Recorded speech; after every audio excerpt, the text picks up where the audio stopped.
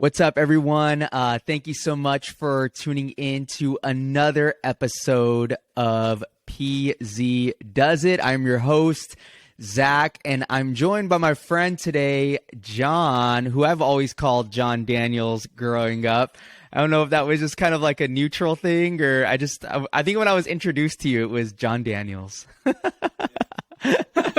And I just realized, man, I've known you for almost 12 years now. Yeah. It doesn't seem like it was that long ago. Yeah, it doesn't seem like it was that long ago for sure. Yeah, it was my junior year at Thunderbird Academy, and yeah, I remember I was new to everything, and actually, no, was it my senior year we met? Because I think Robbie came my senior. It was. Yeah. I think it was Stephanie Johnson my junior year.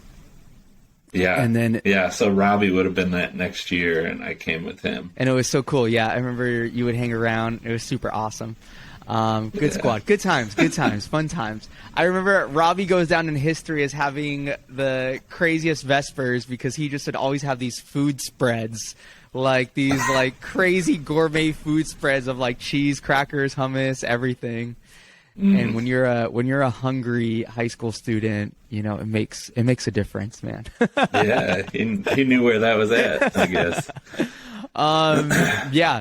So yeah, man, fun times. I reached out because you recently graduated with your master's degree from Southern Adventist University in clinical mental health and counseling. How does it feel to be done?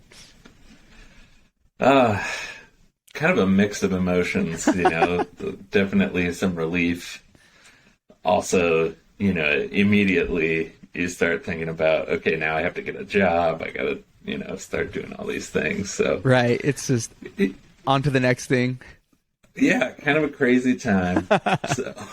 No, I feel that. Yeah, for sure. I'm working on my master's degree currently. And I'm not even, I'm just kind of trying to enjoy myself right now. Coming from the world of work, I'm a bit of a nerd, so I like studying, but I think I kind of shared with you when we were talking about the Clifton Strength thing that I found out about myself. I'm like, I like information, but random information at random times for a certain setup, you know, period of time. It's fun. When I want it and how I want exactly, right? When I want it and how I want it.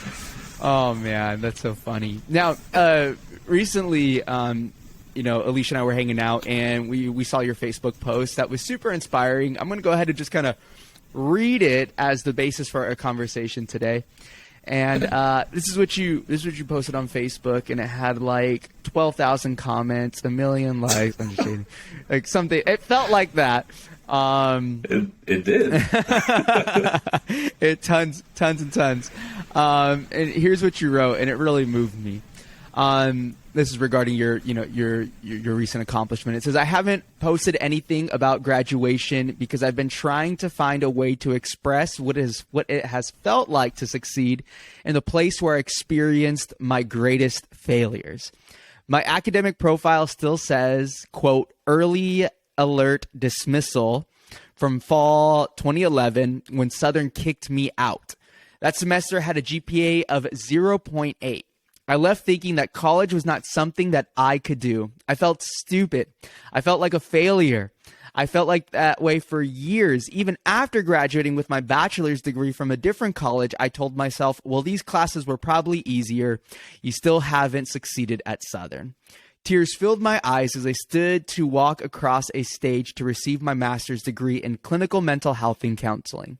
I had done more than graduate. I had done more than earn a 4.0. I had become aware of how unkind I have been to myself. Maybe my story strikes a chord with you. Maybe it seems insignificant. The meaning I have discovered is deeply personal and difficult to share. But I hope that all of you can take a moment to consider what self-compassion could change for you. Wow. That is an amazing post. I feel like that needs to be framed, put somewhere. Like that's an intro of your book. Whatever your book's going to be, that's like, that definitely needs to be in there. So there's so much to unpack here. I want to get into it, and I want to start by asking, what prompted you to go back to school and get your degree? Oh, yeah. So, I took about 6.5 years off of school, where I spent some time doing ministry in different places. Right. And right before I went back to school, I had stopped doing ministry. I was actually just working kind of for my own landscaping company, moving trees around and sounds like fun, weeds and whatnot. And I herniated a disc in my back, and it was super painful and kind of led to a really low point for me. But while I was sitting in that low point, my wife said, well, you can't work, so you might as well go back to school. And it wasn't really something that I'd even thought was an option because my GPA was so low. In the post, I put my last semester GPA, but, there wasn't a semester where I had above a 2.0. Wow. My first time through college, it was super low. Yeah. But, she really pushed me to kind of get back in to school. And so I ended up going to Union College. She had some connections there that kind of took a chance on vouching for me and letting me in, even though my academic performance hadn't been great the first time. Man, wives always hook it up. They know what to do and how to make it happen. Yeah. Yeah. So, she was super important in that decision. Definitely, I wouldn't be where I'm at now had she not pushed me then. Yeah. So she helped you transition into Union then? Yeah.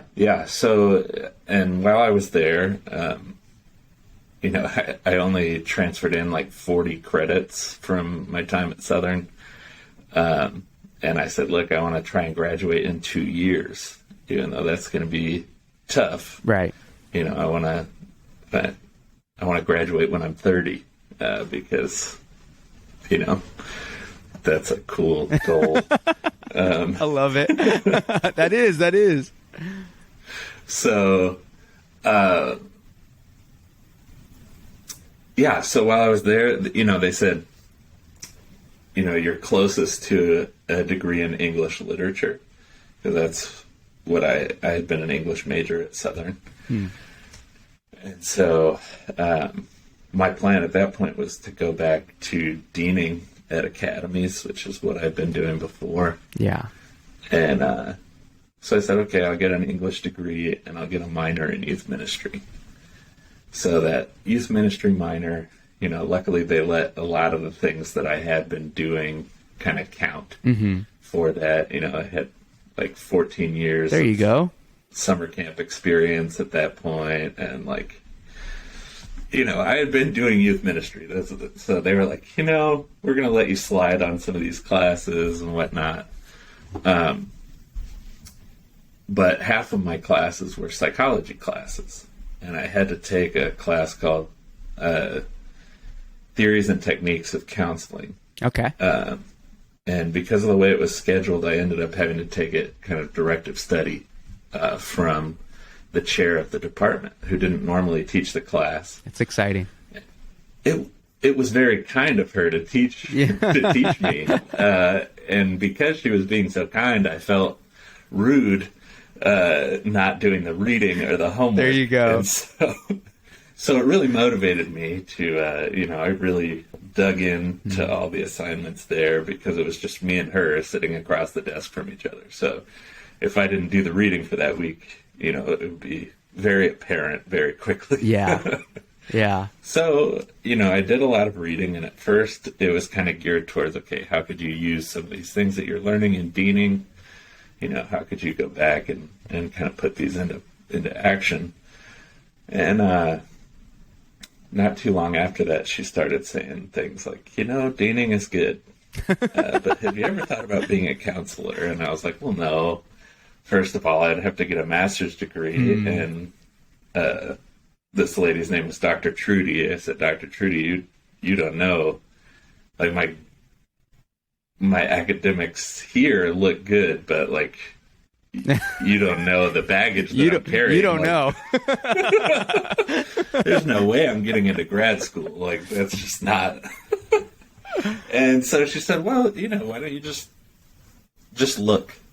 Have you looked to see what GPA you would need to get into some of these programs? And I said, no.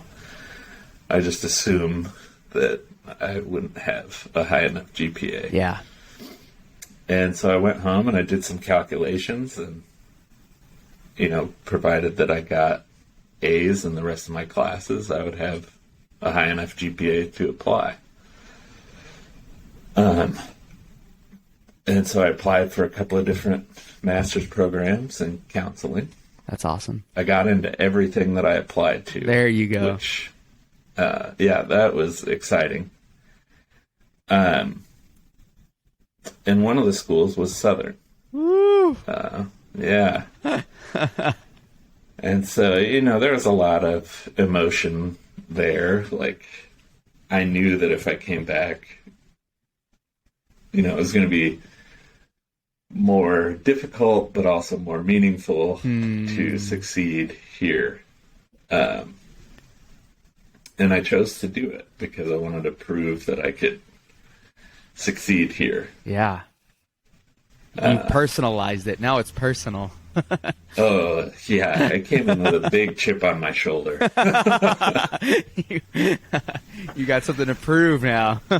Yeah. Yeah. Yeah, that's amazing. I think that's super exciting. Now, you talked about, you mentioned to her that, to the teacher, to the professor, that there was a lot going on with you at the time. Mm-hmm. I mean, do you care to share about some of those things, or what was it about those things that was kind of, putting up that block that, no, I couldn't be a counselor. This is not something I could do. If only you knew the baggage I was going through. Yeah. So, I mentioned having that herniated disc in my back. And, when I first hurt myself, I didn't have insurance for about 8 months. And so I was trying to find work so that I could get insurance so that I could treat my back. The town that I was living in was, didn't have a great job market. Right. Good old Yuma, Arizona. Not a whole lot going on down there. No. And so I was, abusing some substances, legal and illegal, to try and manage the pain. Those came with their own, mental health side effects. I was extremely suicidal. Just depressed, just really going through it. Yeah. And so, coming back out of that, was I depressed right at the time that she was talking to me about going and being a counselor? No. Or at least not to that point that I had been. I had had my back surgery. I was feeling a lot more healthy and, emotionally and mentally well. But, it was still, I thought to be a counselor, you have to have all of your own stuff figured out, So, yeah. Unfortunately, that would mean that there would be no counselors in the world. So that's a good point. That is a very good point. I wonder where that idea comes from, where we feel like we have to have like the whole thing figured out, or like something fixed, or get my ducks in a row, as they say, before I can like transition into the next thing. I don't know. I feel like it's something that I've said to myself a lot. Yeah. Oh, you're not this enough to do that. And you're not, think about just the pastoral world. Have you ever told yourself, I'm not spiritual enough? 110%, man. I remember my biggest fear in college was our sophomore year of the program, they require you to meet with a counselor, like a certified, counselor. And I'm like, oh man, this guy's going to find out like I'm a mess and like I'm not good for pastoral ministry. I'm not fit for this. And I remember just being so scared of like, here it is. Like, and I just remember like a lot of my early ministry felt like this constant sense of like, I got to prove that I am good enough. And it took me so long, and I'm still working through it, but just so long to come to the point where like, even now, like, no, I am good. You know what I mean? Yeah.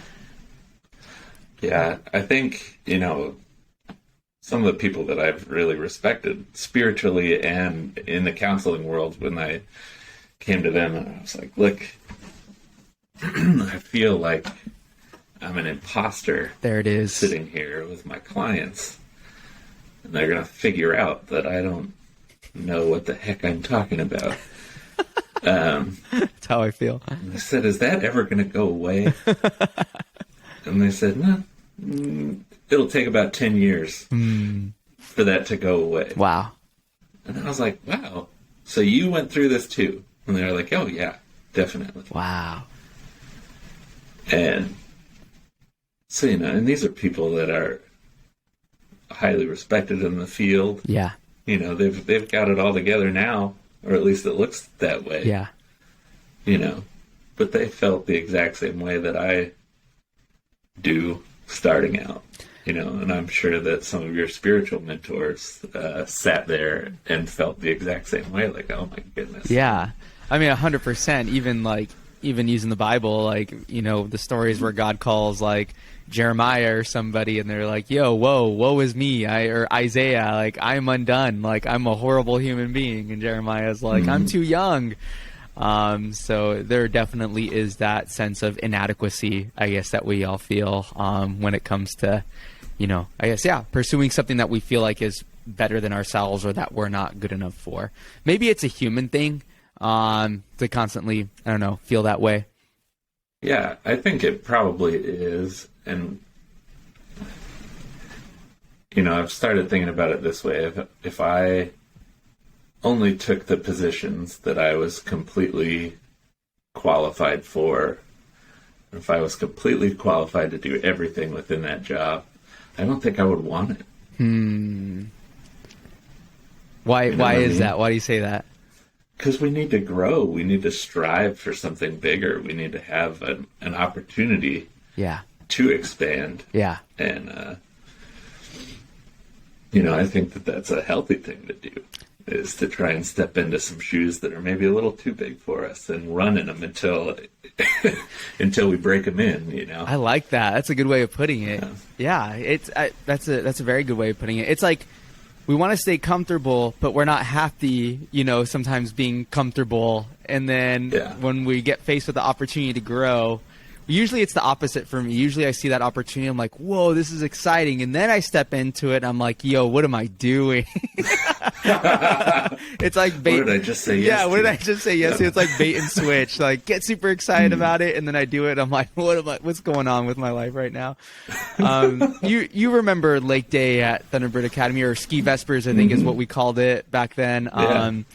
Man, I remember when I had to plan my first one. It's like, I'm planning it for Thunderbird's not big for a high school, but still planning a day where I'm taking like 150 kids out to a lake in Arizona where it's, 115 degrees outside with no shade. Like, Arizona doesn't have trees out on the lake. Some parts do, but, definitely not Phoenix. Not near Phoenix. Yeah.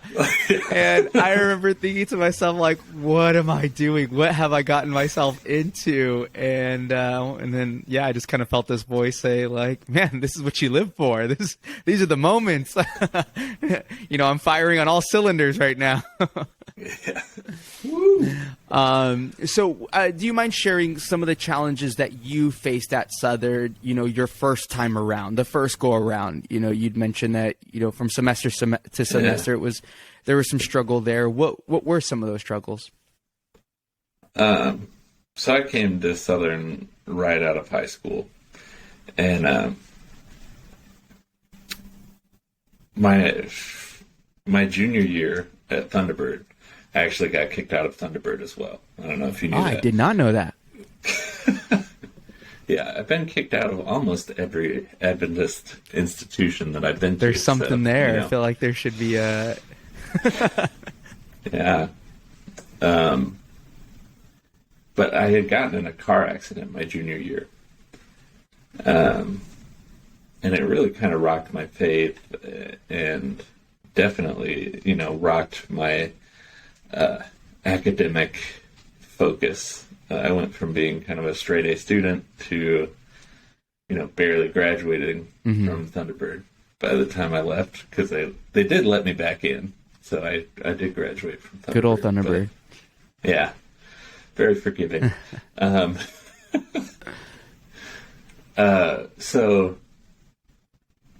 And actually, Mr. Warren let me come back and work your senior year. So he kicked me out and hired me. What a to guy. My first youth ministry job. So that's awesome. Yeah, he's a good guy. What was I saying? Oh yeah, the car accident. I think that there was some untreated trauma, honestly, looking back at that. I was definitely having flashbacks. I was having, a lot of negative reactions. And I think by the time I got to Southern, I was still going through that. Not really focused on academics. Again, kind of trying to self-medicate. Right. For some of these symptoms that I was having, some of the anxiety that I was feeling. So, I drank heavily, did some other drugs and, substance use in just different senses. Yeah. And so, when I did show up to class, I was usually late, I was hungover, I didn't feel like being there. I would often fall asleep in class. There you go. Highly motivated to do very certain things and not motivated at all to do anything else. Right. Right. So I did acro here at Southern. I loved the acro team. That's all I really wanted to do. Yeah. So, 4 hours a night, I was in the gym. I was in my element. I loved it. The rest of the time, I was just kind of wasting time. Wasting time. That's a good way. That's a good way of putting it. And so, my last semester here was pretty rough. My friend Eric Paddock, he was going through some things. I was living with him at the time. His girlfriend of 5 years died. I had some family things come up right around the same time, and then I got kicked out of Southern. So it was all just it was all good. Yeah. So I stayed here I finished out that semester, and I worked enough to support my substance use and to eat ramen. And other than that, I kind of just sat around and played video games with Eric. Yeah. Which was cool, and I was able to be there for him. But, there were definitely a lot of opportunities for that voice inside of me to kind of solidify that message of, man, you're a failure. You're not doing anything. You just wasted, 2.5 years of college. And now what are you going to do? Where are you going to go? Yeah, I mean, and those thoughts just like when you think them and then they just kind of, you see what's happened and they just kind of reaffirm those. It's like the thoughts, negative reinforcement, those thoughts just reinforce themselves. And earlier we had talked about that idea of, self-fulfilling prophecies that you had brought up, which is like, we say the thing, we see the thing, and that reinforces it. And then we feel like we become like prophets. Like we then all of a sudden can predict what's going to happen based on what has happened and what we're thinking. We get stuck in these, that cycle, and it doesn't help anything. No, it really doesn't. And, I was looking at this board here behind me. It says, whether you think you can or you think you can't, you're right. And that's a quote from Henry Ford. And, I think it's so true.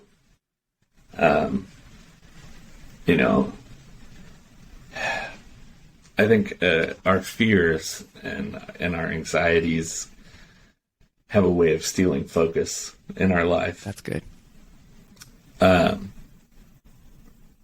When my brother was first learning to drive, he was driving this riding lawnmower, and he was in this giant field. Yeah. Right? And there was just one tree. One tree in this whole field. And my uncle said, "You're fine, just don't hit that tree." Right? You mow the lawn, just don't hit that one tree. Yeah. Well, my brother knew the theory of steering, right? But he stared at that tree, and because he stared at that tree, he went straight at that tree. Wow. And broke the headlight on this riding lawnmower. Yeah. On the tree. I mean, because he didn't just creep into the tree. I mean, he full on went at the tree. And I feel like I do that all the time, and I'm like, okay, don't do this, don't do this, don't do this. But I'm so focused on not doing this that I'm going to go do that. Right. Actually, is what's going to happen. Oh man, that's such a good illustration. That's such a good story. Hopefully he was okay. Hopefully everyone was fine. Oh yeah, everybody but the lawnmower. That's so true. Yeah, it's like when you're riding a bike, it's like, don't focus on falling. Don't focus on falling. That's the only thing I can focus on right now because I feel it about to happen, and then you fall. Yep. Oh man. Yeah. The self-fulfilling prophecies. It's like we become our own worst enemy. So what gave you the courage? What allowed you to work up the courage then to even step back into, Southern, where you had been kicked out from? Because, I think of my own experience, I don't know. I feel like that would have been really challenging for me to go back to a place where I experienced, pain, or where I experienced, failure. Yeah. It was a really hard decision. And honestly, I think if I had known exactly how hard it was going to be, because I was ready for professors to have seen my grades and kind of discount my academic abilities.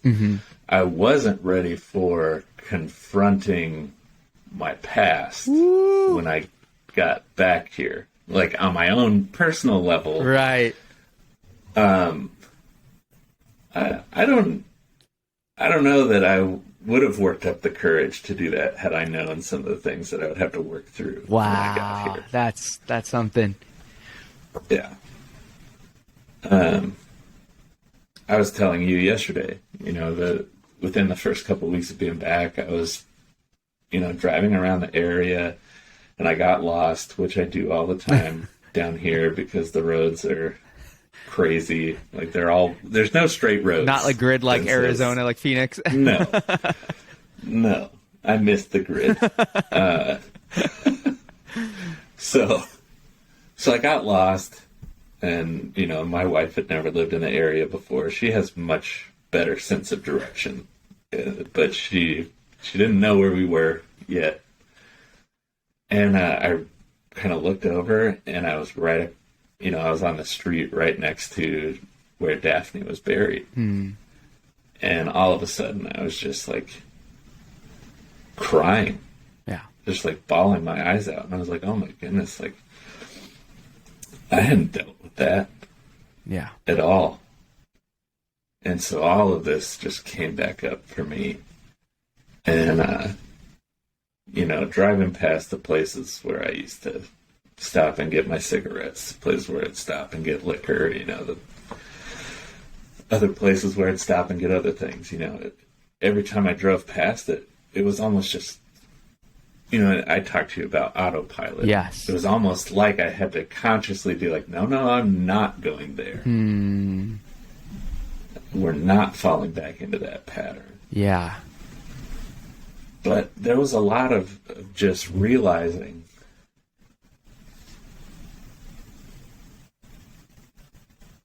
what my pattern, because I had been so focused on myself, and the hard time that I went through, and I did go through a hard time. Yeah.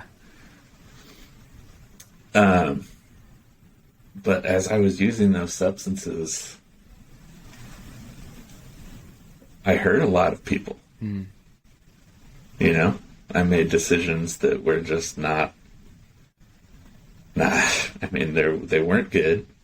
They didn't prioritize the people that I loved at the time, And so there was a lot of reflection on, the part that I had played in some of the relationships that had been very strong in that time. Yeah.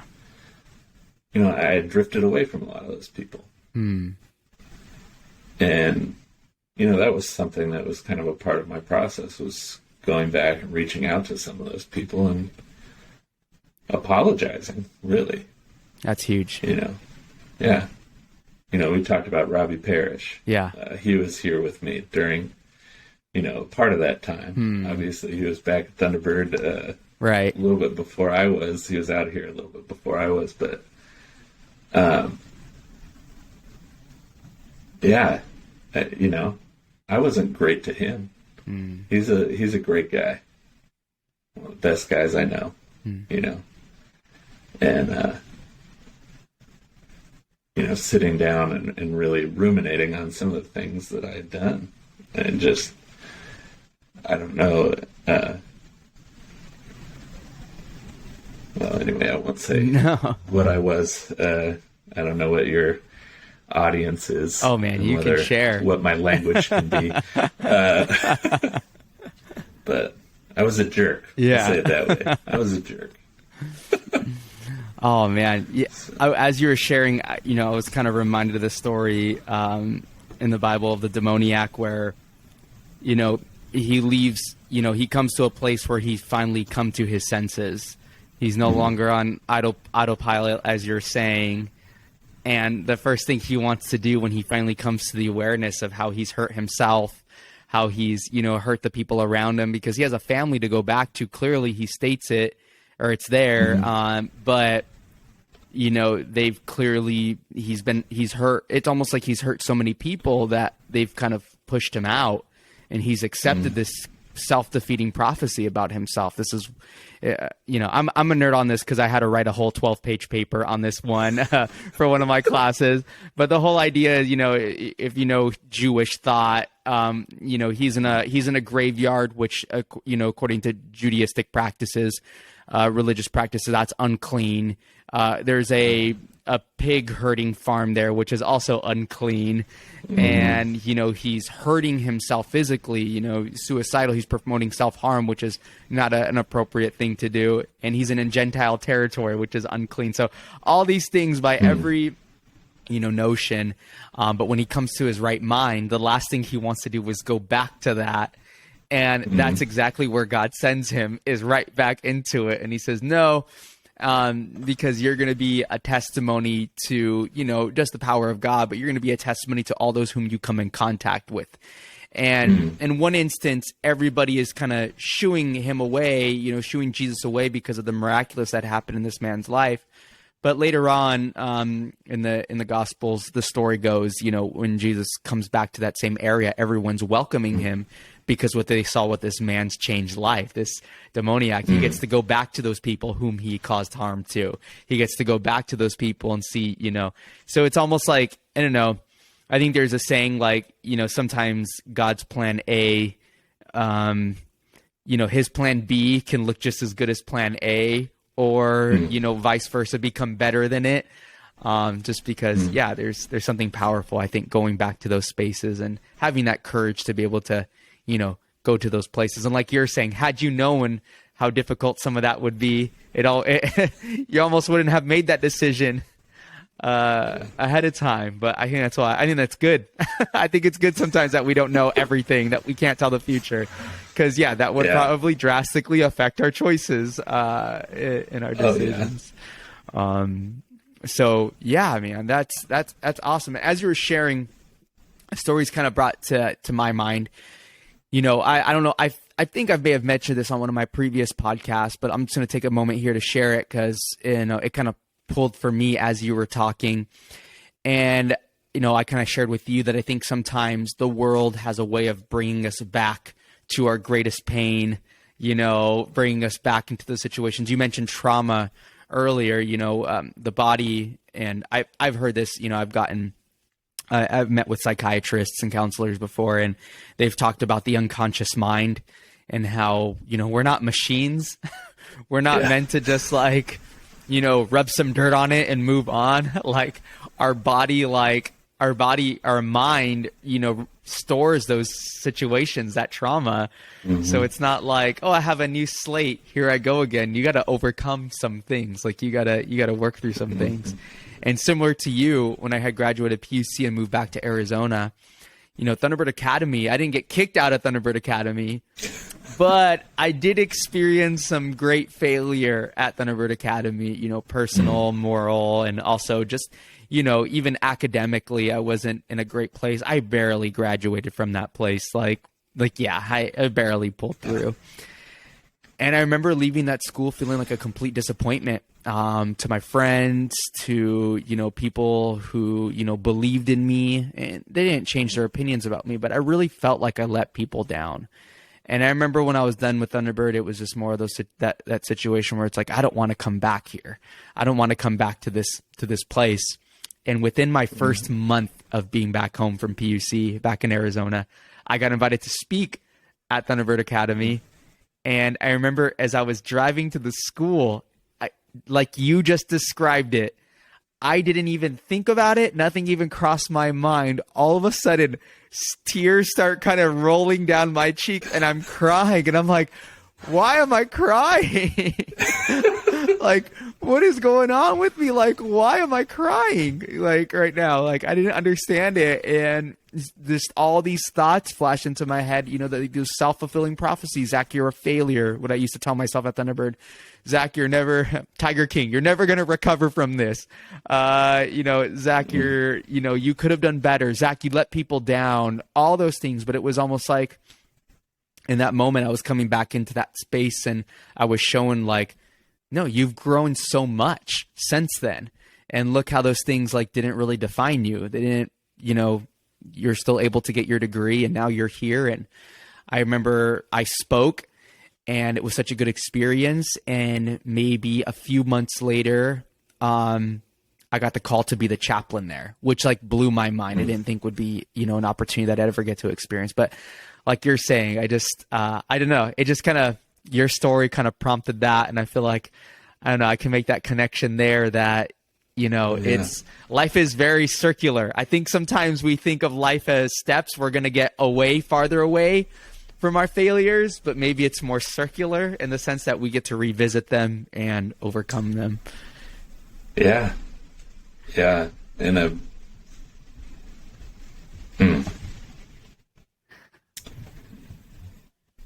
Yeah. I don't know. There's some thought in Cherokee spirituality that existence is circular. Yeah. And so a lot of times they'll say to each other, it'll be better next time. And I found that to be a very comforting thought. When I have had to circle back to different things, Yeah. It's going to be better next time. Yeah, I think that's huge. And, it's even in the Bible, I think where the story was given to me was the walls of Jericho, where they have to march around 7 times. And people are like, we usually think victory looks like breaking down the wall or pulling yourself up by your bootstraps and, getting it done. But oftentimes it's revisiting the same problem kind of like over and over and over again until we're able to realize, oh, hey, this is all I got to do in order to, overcome the situation or bring the walls down here. It doesn't mean it's easy. There's still something that has to take place there. But I think it's like we're given a second chance, if you will. Like we're given the opportunities to overcome in those ways. Now, your Facebook post is a lot to unpack. You talk about how much you learned about yourself. You learned a lot about self-awareness and self-love. Some of those things that contributed to your success. So not only did you graduate with an actual degree, but you learned some actual valuable things personally that have contributed to your overall well-being.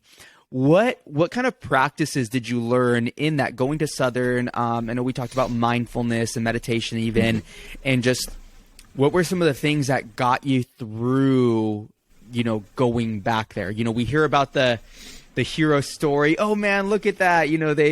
Batman fell and he rises again and here we go. But we don't really get to see the in between. What were some of the things that you felt contributed to the personal growth that you experienced? So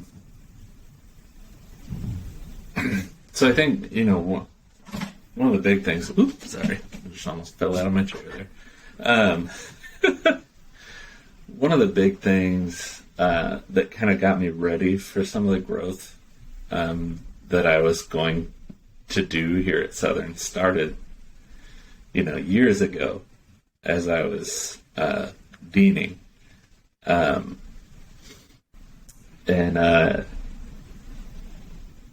was shown this emotions wheel, and it has 6 basic emotions in the middle, and then it has other emotions that go around it. And the first time that I saw that, I was like, oh, surely not, right? That's way too many emotions. Right. There's no way that I could feel all of those emotions. Right. And so I started doing some of my own kind of work and exploration, becoming aware of my emotional state. I think up to that point I had been very reactive, but not very active in my emotional state. And as I became more aware of my emotions, I started to realize that anytime something made me sad, I felt very out of control, and that made me mad. And so sad became mad very quickly. And to the point where, for a long time in my life, I didn't think that I ever felt sad. I just felt mad. Interesting. But it was when I started to name those emotions and really try to focus on, first of all, where I felt them in my body, how I felt them in my body, I was able to recognize, oh my goodness, I'm sad. Wow. And then allowing myself to express that. But that was a totally different journey. Yeah. Where the, manly, large bearded man, who wants to see that guy cry, would probably make people uncomfortable. But I do. I cry now. And I think allowing myself to open up to those emotions gave me more emotional intelligence, just a broader self-awareness, so that some of this work that I was able to do in this master's program was possible for me. So it's not like it all happened overnight. It didn't all happen in the 2.5 years that it took, in school. But, once I had that emotional intelligence down, and that had a lot to do with me kind of coming off of, I call it autopilot, where I was just reacting to situations. There we go. I wasn't really being intentional about my interactions. I wasn't being intentional about my thought even. Yeah. And, as I got into the program, learning about stress and anxiety and all of these things that I think can put us on autopilot, I started looking for solutions, So what can we do about this? And in my own research, I don't want people to think that Southern was, pushing meditation over everything else. This is kind of my own personal journey where I said, hey, I'm going to try this. Because the research that I was doing said that meditation would allow me to, if I can't change the level of stress, to change the way that I interacted in a stressful environment. And I said, well, I want that. I want that for me. I want that for my clients. I think we could all use more of that. And so, in my research, 8 minutes of meditation a day seems to have, it's the most effective amount of time. Right. After that, you get diminishing returns, meaning it's just not as effective. So that was something that I started doing. Yeah. And it wasn't necessarily for any class. It wasn't for any project. It was just something that I wanted to do. And it's something that I do every day now. Wow. And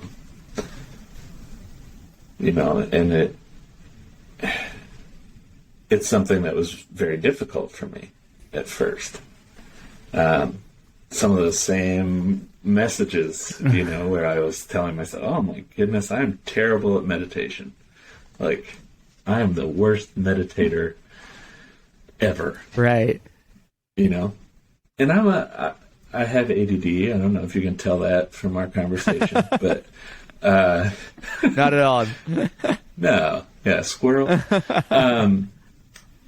So, that presents another challenge in meditation, but it doesn't make it impossible.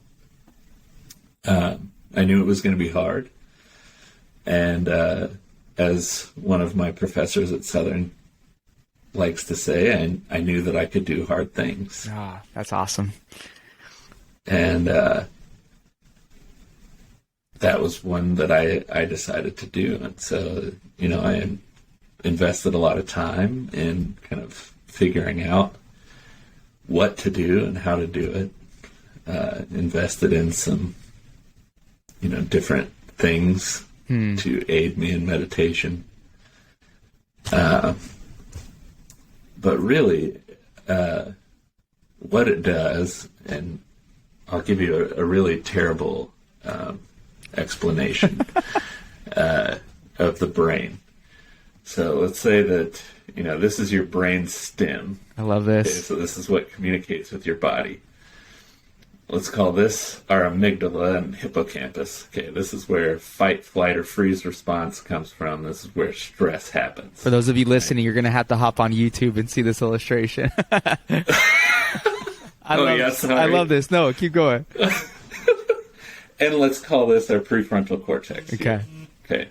So as we begin to feel stress, the amygdala becomes very active. So, your brain normally looks about like this and will not look like this. Right. The prefrontal cortex is connected with the brainstem and is in equal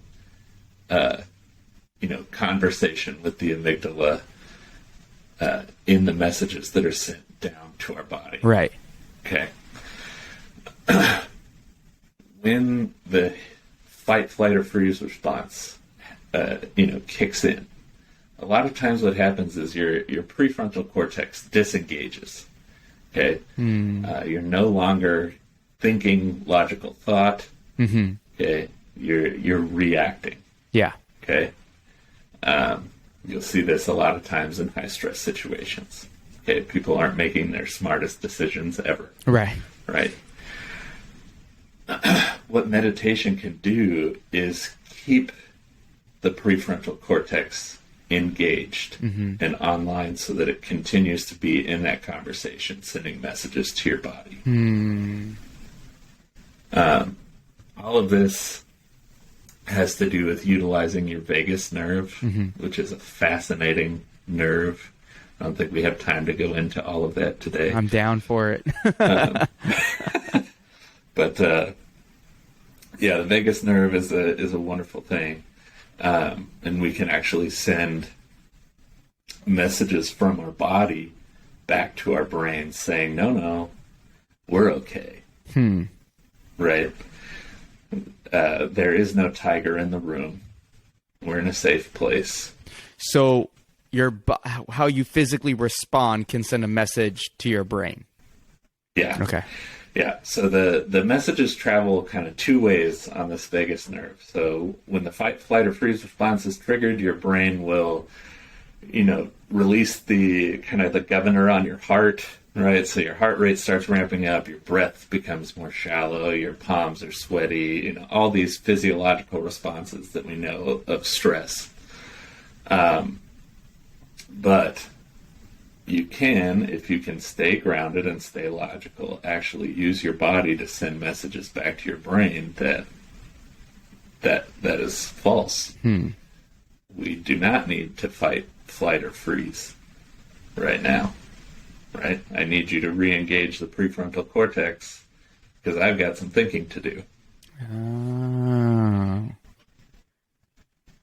Does that make sense? Yeah, that makes sense. Yeah, it's something that I was taught my first year at I didn't know this, and I don't know when this developed. Maybe I had this before. I don't know.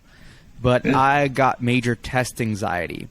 Now, I've never, I feel like I've never wrestled. I feel like I've been depressed, but I've never been clinically, diagnosed with anxiety or any of those types of things. But there were a couple times where I was taking tests for undergrad, and it still happens today. Even I had this semester, I got great grades, but even I came to a test and in the room, I'll just sit there and I think I was told to take like 6 to 7 deep breaths.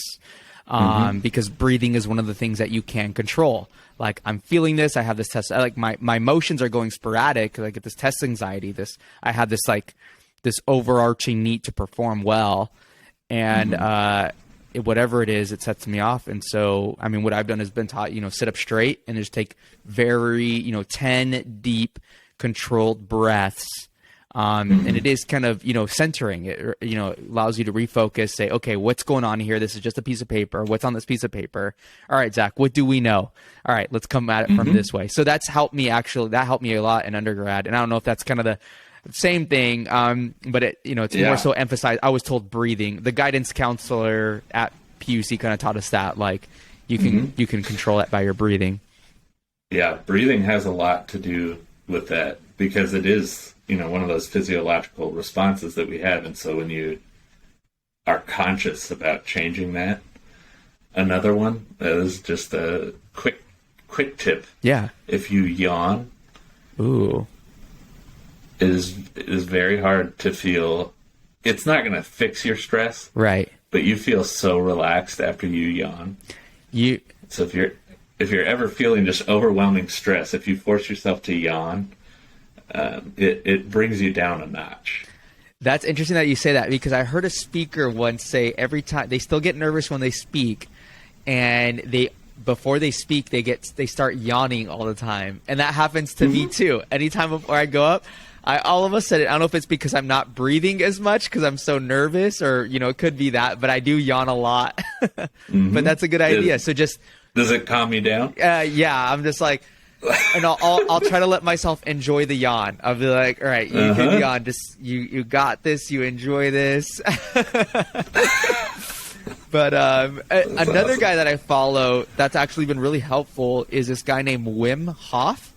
He's this I don't know what his nationality is, but he's got 2.2 million followers on Instagram, and he's famous for breathing and meditation, but they call him the Iceman because I don't know where he lives, but it's like ice. It's snowing year round, and he takes ice baths, like a lot of ice baths. Oh, yeah. It's a part of his daily ritual routine.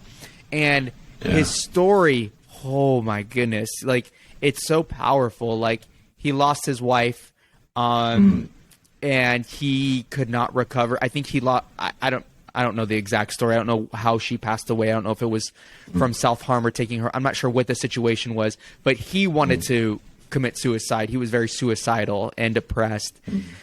And so one day, I don't know, he read about like you said, he did research and he read about the benefits of taking ice showers and ice cold baths, and how that kind of forces your body to release endorphins and good feelings, gets things going. And so he participated in that, and breathing, like learning. So when he's in the ice, it's not like I'm going to force myself to stay here for, 5 minutes and then run out and jump in the hot shower.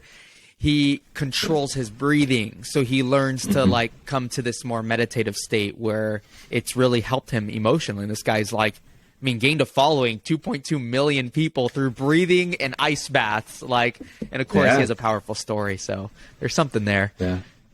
Oh, for sure. And being able to do that sort of thing, where you breathe through and meditate through an ice bath, I think is awesome. Yeah. But I think a lot of times when we come to meditation, we're like, I want to be able to, meditate through an ice bath. I think you got to remember that he probably didn't start there. Right. No, he did not. He probably wasn't super successful. I recently was able to meditate my way through a MRI. Because I'm probably going to have back surgery again here. So I was in the MRI machine, and usually I'm okay, but I was starting to get a little claustrophobic, and I was like, you know what? I'm gonna pick a meditation, and I'm gonna do that while I'm in here, and I'm gonna stay still, be very mindful of what I'm doing. And I was able to do it, and I was so proud of myself. But there's no way I could have done that at the beginning. Really, our mind does take some strength building, just like our body does. And when you start working out, you don't want to try to bench press 400 pounds, right? Like it wouldn't go well. It wouldn't be healthy. You're going to do some damage 100%. There. And so, I think when you come to meditation, try and remember that baby steps are okay. They're what we want. And really in meditation, the benefit comes from, in my experience, now I've not done this in an ice bath, but, being able to recall your brain from, because I talked about doing an 8-minute meditation. Okay, when I was first meditating, I could go about 3 seconds before I had a distracting thought. Right. And when meditation changed for me is instead of saying, oh my goodness, I'm so stupid, I can't even last 3 seconds in this meditation, to being able to notice that my mind had wandered, be curious and non-judgmental towards my mind wandering, right, and just refocus my mind back into what I was meditating. That's when meditation took off for me. And it really is that ability to bring your thought process back and have some control. Another way to think about it, and this is in a book called The Mindful 20-something, they talk about removing yourself. They said if your consciousness is a river, we don't want you to stop the river from flowing, because your brain is supposed to make thought, right? Like we want that to happen. Right. That's a good thing. Yeah. What we want to do is, instead of being in the flow of thought, inside of the river, when you meditate, we want you to climb out of the river and sit on the bank. There we go. And you're going to watch the stream of consciousness. So you become aware of it. Mm-hmm. And, that awareness that it brings. I talked about my own growth in emotional intelligence. Having this body awareness, the awareness of what is going on with me, mm-hmm. has helped me to be far more intentional and taking off that autopilot where I'm not reacting to situations anymore. I'm acting on them. Wow. Yeah, it's mindfulness versus mindlessness. Yes. We're not distracting ourselves by different things anymore. We're kind of becoming, healthfully intentional, healthfully aware of what's happening. Yeah. We're more aware of the situation and what's going on versus letting our, just being at the mercy, I guess, of what we're experiencing in that moment. Yeah. And, a lot of that came once I started recognizing some of the things that I was saying to myself. And we've both talked about this, where we struggle with maybe some of the messages that we believe about ourselves. Yeah. And, whether or not that's a human experience, I believe that it is. Mm-hmm. And I believe that we are very critical of ourselves. Mm. And I think it's okay to be critical as long as you're very honest. That's a good point. We don't want to be just full of ourselves and right. No, I'm amazing at everything, right? But I think recognizing in myself, I don't like that about me when I do that. And it's no longer a message of, I just did that, so I'm bad. Ooh, that's good. I notice and I say, I didn't like that I just did that. I wonder how I could do that differently next time. Yeah. Yeah, it's not mere focusing on behavior modification. It's not mere like, I am stupid. Why did I do that? Or I'm stupid because I do that. It's more so, why am I doing this? It's building better systems of thought to address these, or to at least be aware of this. Yeah. And instead of saying, I'm never going to do that again, right? I think about,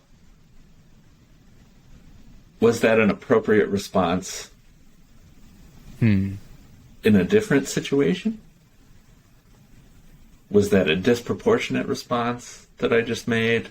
Right. What did I just do there? Yeah.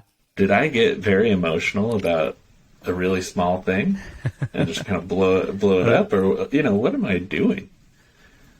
That's but good. you see, when I'm talking to myself, I'm, again, kind of non-judgmentally curious. I love that. Almost a little bit humorous with myself. I'll call myself, even to my wife, I'll be like, I'm such a silly goose. Like, well, think about it, I just did this thing, and, is that the most kind thing that I could say? I don't know. But, it's a lot better than the expletives that used to be there in place of silly goose.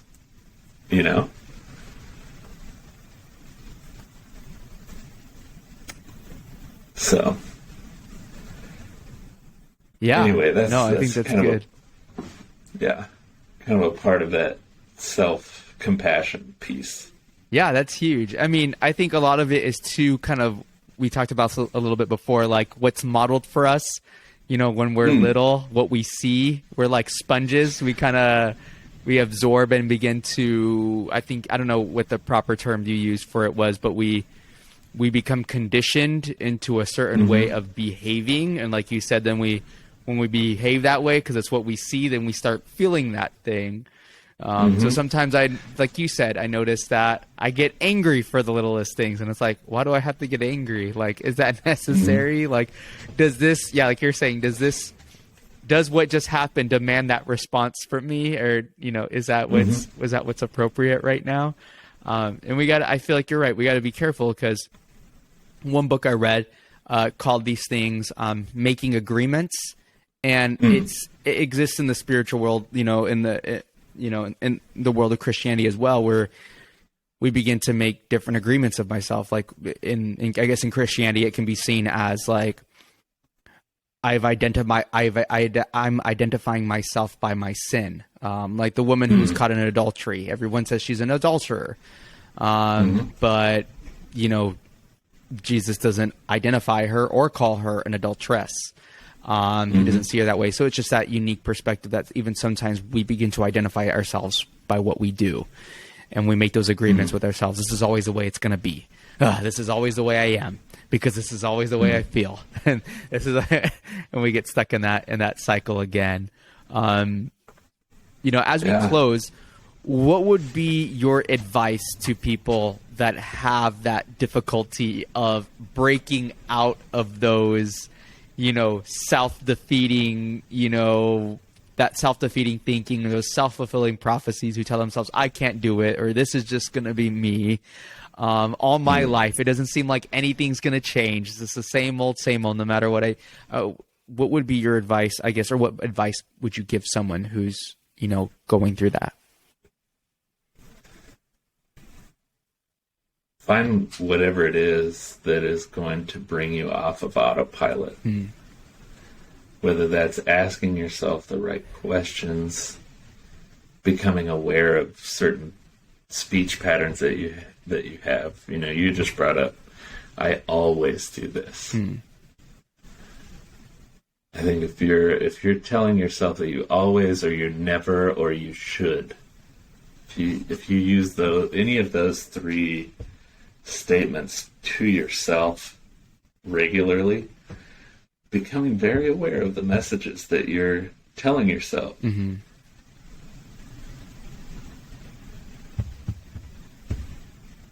And finding a way to replace those statements. Yeah. Just in the way that you think about yourself can be so powerful. Yeah. There's a counselor who talks about shoulds. And he also talks about must, which I don't think our generation says that as much. I must do this. But he called those masturbations. And people are constantly telling yourself that you should or you must do this thing. Right. Why? What's so important about that thing? Why are you doing that to yourself? And it is kind of like you're beating yourself. Yeah. With these words that you're using. Interesting. And so, to me, the biggest step is just becoming aware. Okay. And it's so simple and so complicated all at the same time. Kind of like meditation. Yeah. It can sound so simple, and yet it's so hard to put into practice. But I think, raising your awareness, exposing yourself to some of these ideas,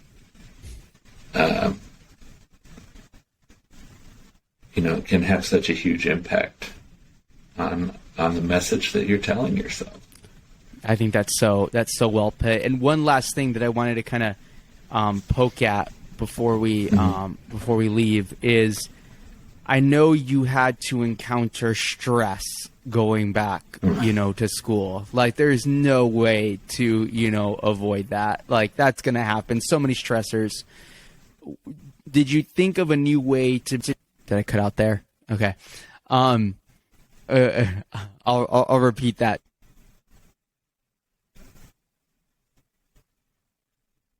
Yeah, you cut out for a second.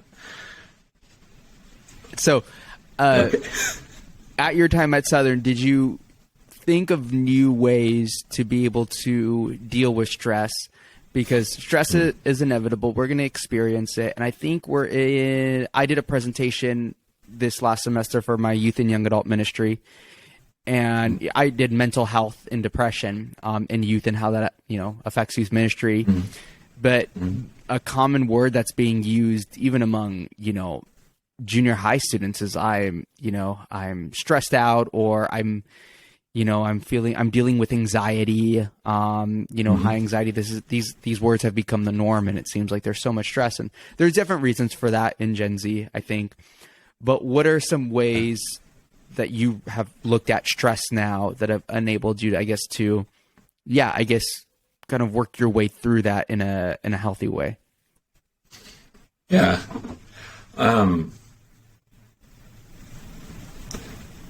I think having a greater understanding of what stress is and what anxiety is has helped me to recognize that there are actually good things, right, associated with stress.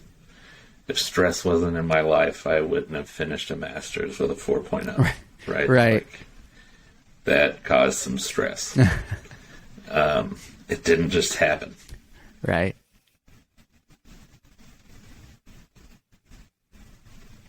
And so recognizing that there are good protective things that come from stress and anxiety helped me to recognize where stress and anxiety fit in my life. And so I like to talk to my stress. I love this. From time to time, and anxiety. And acknowledge the good things that it does for me. Like, hey, you really helped me out there with that paper. Just gave me that final push to get up and get that done. But now I'm in this time. Right? Now I'm in my self-care time. And so I'm going to need you to back up. Right? Like, you did a good job. You helped me a lot. And now I'm going to need you to come back later. Okay, because I'm doing this thing that I really need to do. Yeah. And that is relax and take care of myself. That's good. Right, because I can't go all the time.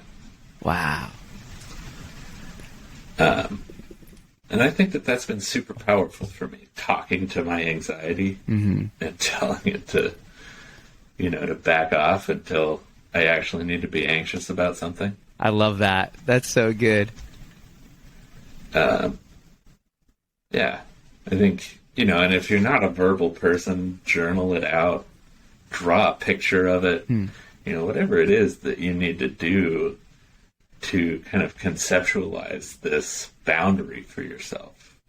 Okay, I'm never going to eliminate stress and anxiety from my life, nor do I want to. Right? Because it is good.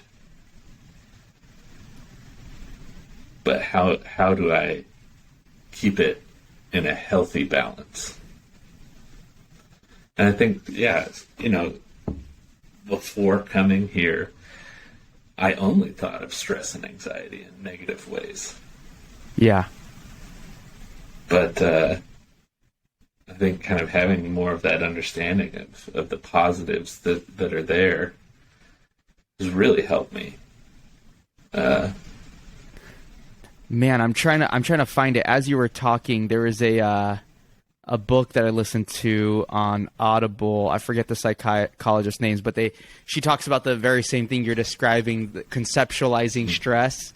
So it's something that you said that I like to do is that she brought up was she's like, take your stress and like if it were like a piece of paper, like you're pushing it into like a paper soccer ball. So you take all that stress, you're kind of more imagine your hands and you're just kind of like putting it into, she's like, you can do it literally if you need to, or just even imaginatively put it into a ball. And then now you can go, you can kick it, you can throw it, you can get rid of it. And it's kind of like, yeah, now you're conceptualizing it. You're like, oh, this thing is not the truest thing about me right now, because we often equate how we feel with how the situation really is. That's not necessarily true. So conceptualizing it allows you to be able to to somewhat control it. But I like that. There's a time and place for stress. Like, hey, I need you now. Like, you're welcome here. Like, let's do this. We're on crunch time. And then also like, hey, you're not welcome here right now. This is my office hours. You're not supposed to be in office right now. What are you doing? You're not supposed to be at work. Get out of here. I'm not paying you for this. Yes. You're supposed to be clocked out right now. You're supposed to be clocked out, buddy. I love it, man. I love it. That's powerful, man. Jon, thank you so much for sharing. I greatly appreciate it. I appreciate you for even sharing what you shared on Facebook. That was awesome. Thanks, man. Yeah, it's been great to be here, and I wish you all the best with your podcast. I appreciate it, man. Best wishes to you as you, I guess, begin this next phase of your life career as a counselor. I'm excited. That's super exciting. Yeah. I'm ready to get out there. I almost wanted to be a counselor or a psychiatrist, but I think at the time I just did not know enough about like what I knew about, or all I knew was Jesus and the Bible. So I did theology, and I'm happy. Like I think it's been great doing what I've done. Like I wouldn't trade it for the world. But I think at the end of the day, for those of you who are listening, we can all become a little bit more self-aware in our situations, and we can be given the tools that we need to become the people that we want to be, not controlled or overwhelmed by everything we're feeling, but we can, help be in control of those things and process them in a healthy way. So, man, Jon, thank you for your story, man. Thank you for hopping on. We will see you guys next time.